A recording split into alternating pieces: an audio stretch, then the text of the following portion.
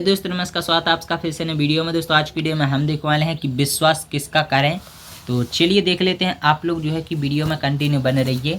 तो चलिए वीडियो को स्टार्ट करते हैं और आप लोगों को दिखाते हैं। तो किसी गांव में एक गरीब ब्राह्मण रहता था। एक दिन उसकी पत्नी ने उससे कहा, बच्चे भूखे हैं फिर भी तुम्हें कोई परवाह नहीं है, जल्दी जाओ और बच्चों के लिए कुछ भोजन का प्रबंध करो। ब्राह्मण चल पड़ा और गांव की सीमा समाप्त होने पर उसे घास से ढका हुआ एक कुआं दिखाई दिया। उसमें एक बंदर, एक सांप, एक बाघ और एक मनुष्य गिरे पड़े थे। ब्राह्मण को कुएं में झांकते देख बाघ बोला, हे ब्राह्मण देवता, मुझे कुएं से बाहर निकालो। ब्राह्मण बोला, तुम मुझे खा जाओगे। बाघ बोला, मैं आपको वचन देता हूँ, मैं आपको नहीं मारूंगा। ब्राह्मण ने हिम्मत करके बाघ को कुएं से बाहर निकाला। जाते समय बाघ ब्राह्मण से बोला, जब भी तुम्हें कोई काम पड़े तो मुझे अवश्य याद कर लेना। इसके पश्चात ब्राह्मण ने बंदर को बाहर निकाला। उसने भी ब्राह्मण के प्रति कृतज्ञता प्रकट करते हुए कृतज्ञता प्रकट की और उसे रोज मीठे फल देने का वादा किया। इसके बाद ब्राह्मण ने सांप को बाहर निकाला और सांप बोला, ब्राह्मण देवता, मैं आपका उपकार कभी भी नहीं भूलूंगा। एक दिन मैं अवश्य आपके काम आऊँगा। अंत में ब्राह्मण मनुष्य को बाहर निकालने जा रहा था, लेकिन सांप ने उसे मना किया और कहा, मनुष्य को बाहर मत निकालो और न ही उसका विश्वास करो। यह कहकर सांप चला गया, लेकिन मनुष्य के बार बार बाहर निकालने की गुहार पर ब्राह्मण ने उसे भी बाहर निकाल दिया। मनुष्य बोला, ब्राह्मण देवता, मैं सुनार हूँ, कभी सोने के गहने बनवाने हों या बेचने हो तो मेरे पास आना। यह कहकर मनुष्य भी चला गया। ब्राह्मण फिर अपने बच्चों की भूख दूर करने के लिए विषय में सोचने लगा। वह बंदर के पास गया। बंदर ने उसे मीठे फल दिए।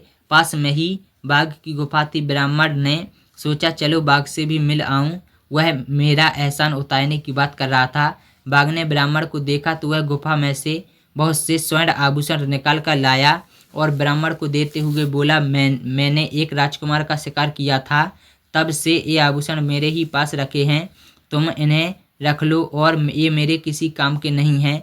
ब्राह्मण प्रसन्न होकर चला गया और उसने सोचा, सुनार की दुकान पर जाकर आभूषण बेचकर धन इकट्ठा करके घर चला जाऊंगा। ब्राह्मण सुनार के पास गहने लेकर पहुंचा। गहने देखते ही सुनार पहचान गया कि ये राजकुमार के आभूषण है। सुनार तुरंत राजा के पास गया और कहा कि राजकुमार का हत्यारा मिल गया है, वह मेरी दुकान पर बैठा है और यह राजकुमार के गहने हैं। राजा के सिपाहियों ने ब्राह्मण को गिरफ्तार करके जेल में डाल दिया।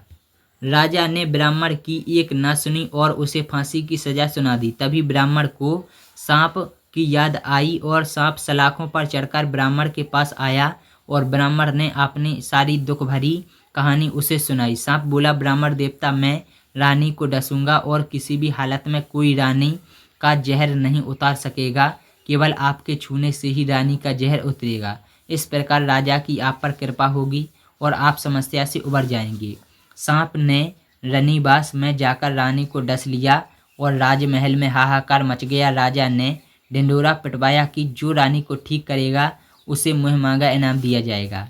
जेल में बंद ब्राह्मण ने सिपाहियों से कहा कि वह रानी का जहर उतार सकता है। सिपाही ब्राह्मण को जेल से बाहर निकालकर रानी के पास ले गए। ब्राह्मण की स्पर्श से रानी ठीक हो गई।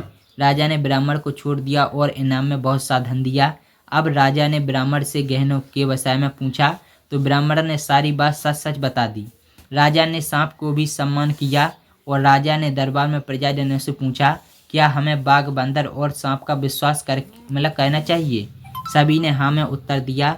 इसके बाद राजा ने पूछा, ब्राह्मण पर झूठा आरोप लगाने वाले सुनार को क्या सजा दी जाए? सभी ने एक स्वर में कहा, उसे जेल में डाल देना चाहिए। इस प्रकार सुनार को जेल हो गई और राजा ने ब्राह्मण को बहुत सी अशरफियाँ देकर विदा किया। तो ये था वीडियो। अगर आप लोगों को वीडियो पसंद है, लाइक करना, शेयर करना, चैनल को सब्सक्राइब कर लेना।